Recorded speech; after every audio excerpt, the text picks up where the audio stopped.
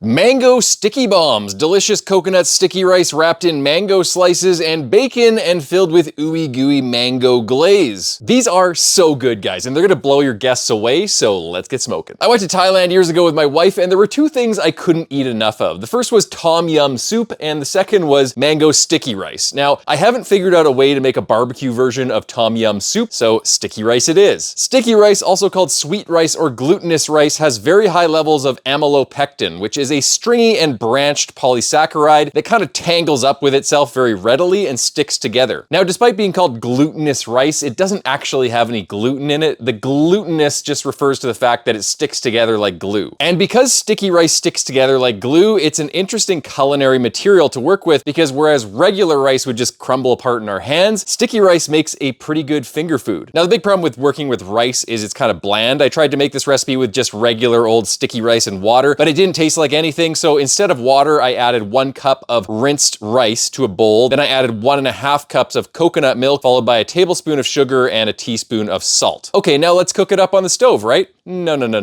Sticky rice has another fun little property that makes it different from regular rice. It needs to be soaked first before you cook it. I tried not soaking it, and it resulted in hard kernels of rice that just burnt to the bottom of the pot. So let the rice soak for at least 3 hours, and ideally let it soak overnight. The next day, pour the rice into a pot and heat it up on medium heat until it starts to boil. Then turn down the heat to low and let it simmer for around 15 minutes. After 15 minutes, it should look like this, absorbing all of the coconut milk. Now cover it and let it sit for at least 30 minutes to cool down. You can even put it in the fridge to cool down faster. While we're waiting, let's make our mango barbecue glaze. I'm cutting up 2 atualfo mangoes into cubes for our glaze. To do that, I just cut down each side of the pit to remove the 2 halves. Then I slice down 1 half almost all the way, and then I cut crossways, again almost all the way through the peel, into cubes so the flesh can lie flat. Then I slice my knife under the cubes between the flesh and the peel to separate all the cubes. Now we'll use 1 more mango, maybe 2, to make our slices that will lie on top of the sticky rice. To do that, same deal here, but instead of cubes, I'm cutting them into thin strips. Make sure you have around 14 to 16 strips, and if not, just cut up another mango. Now I'm dumping the cubed mango into my Vitamix and adding a cup of sugar, followed by a cup of coconut milk, and finally a 1/4 cup of barbecue sauce, just to give it a bit of barbecue flavor and cut the sweetness a little bit. Blend that up, pour it into a pot, and simmer the glaze on low for around 15 minutes. Now we need to separate our glaze filling, so spoon out around 1/2 cup of glaze. You don't need much. Put it into a shallow, flat dish. The flatter, the better, because we're going to put it in the freezer to firm up for around 30 minutes. And if you put it in a bowl and make it more spherical, then the mixture is going to take a lot longer to cool down. So put it on like a sheet pan or a really square-shaped bowl like I did. Moving back to our rice, once the rice is cooled down, roll it into little football ovals around this size. You should get around 14 to 16 little balls per 1 cup of sticky rice. Then cut slits into each of the balls and open them up a little bit. Now take the filling glaze out of the freezer. It should be the consistency of kind of like molasses, and spoon it into the slits in the sticky balls like so. Now take a slice of mango and place it over the filling glaze and roll it up in a slice of bacon. I roll it up to around halfway down the slice, then I reverse directions and wrap the other way to make sure the whole rice ball is covered in bacon. After they're wrapped, I'm rubbing them with a little bit of Let's Go general purpose BBQ rub, and they are ready to go on the smoker. In this video, I'm using my Oklahoma Joe's Tahoma auto feed charcoal smoker set to 250 degrees Fahrenheit, running some cherry wood in the hopper, and I'm gonna be cooking on the bottom rack here. We'll let those smoke away for around an hour or an hour and a half until they get up to around 165 degrees internal and the bacon is fully cooked. If you want crispier bacon, you could try giving them a quick sear at the end or taking them to a higher temperature, but I found that the higher temperature you take it to, the more the bacon kind of squeezes that filling out and kind of dehydrates the rice. So I just took it to 165 until the bacon was just fully cooked and edible, but everything was still super juicy. After hitting 165, I slathered them with the rest of the glaze from the pot, just coating the top of them and leaving them on another 15 minutes for the glaze to tack up. These were super tasty and had a perfect flavor balance between the saltiness of the bacon and the sweetness of the rice, and a little burst of gooey mango in the middle. It kind of reminded me of those